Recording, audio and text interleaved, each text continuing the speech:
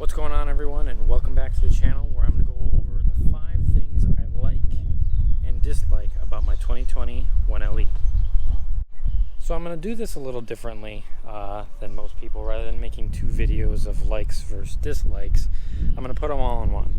I'm going to kind of go with my dislikes first and then say something good about the certain thing I dislike. Because even though they are dislikes, it's not the end of the world. So my main dislike with this car, and it sounds crazy, but it's actually the display. I don't understand why I need 3 readouts for my speed. You have the analog one over here, digital one here, and then you have the HUD, which I think you can barely make out right there. 3 seems unnecessary. So the nice thing is with the main screen, you can actually change it, and I actually keep mine on oil temperature for reasons of when track days happen. That's the only readout that's not up here that I think is actually important. I don't understand GM's constant need to put battery voltage in their displays. Like, give me oil temperature over there. Don't give me battery voltage. I don't care.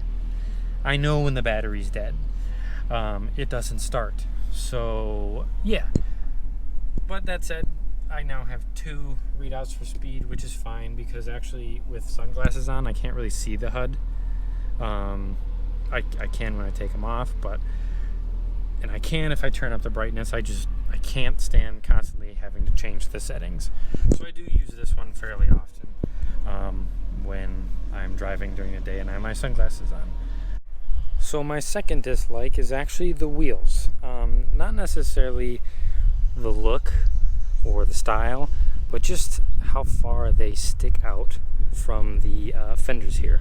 The car's a little dirty right now, as you can see, but it just peppers the whole side of the car with rock chips. I mean, there's a few already starting from a cruise I had last weekend.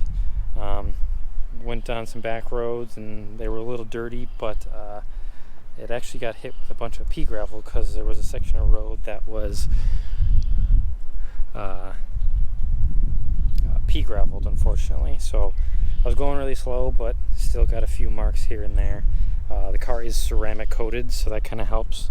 But yeah, just a small dislike as far as just how far they stick out, but at the same time, what I like about it is it just looks aggressive. I mean, the car looks fantastic with these wheels.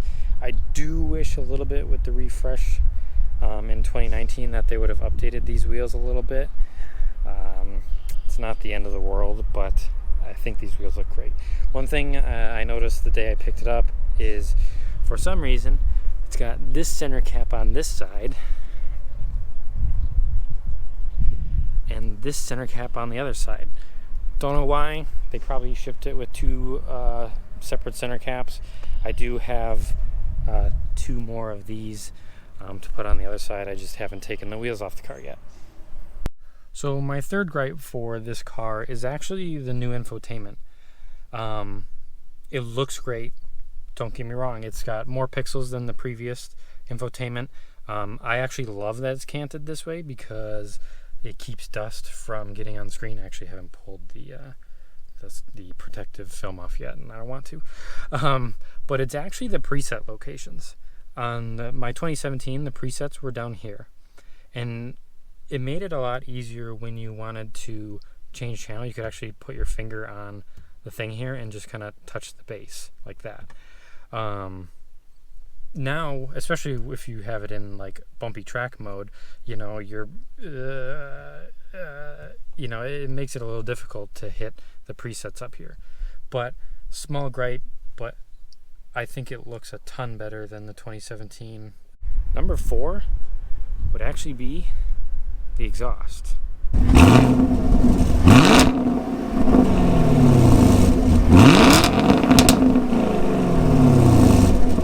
Now don't get me wrong, this car sounds amazing, as you probably saw in my other video. That's an actually not the problem. The main problem I have with it is I had a 1SS, a 17 1SS before with the same dual mode exhaust. And with that on there, I mean, the car sounds the same. It's the same engine, trans, different diff, but same exhaust that I had on my previous Camaro. So, you know, it sounds the same as what I had before. I love the sound, but at the same time, I want something different. And I will eventually, depending on how this world shakes out here, get a axle back exhaust in the near future. So number 5 would probably be, is this car too much for the street? It is and it isn't. It's a great car for the value.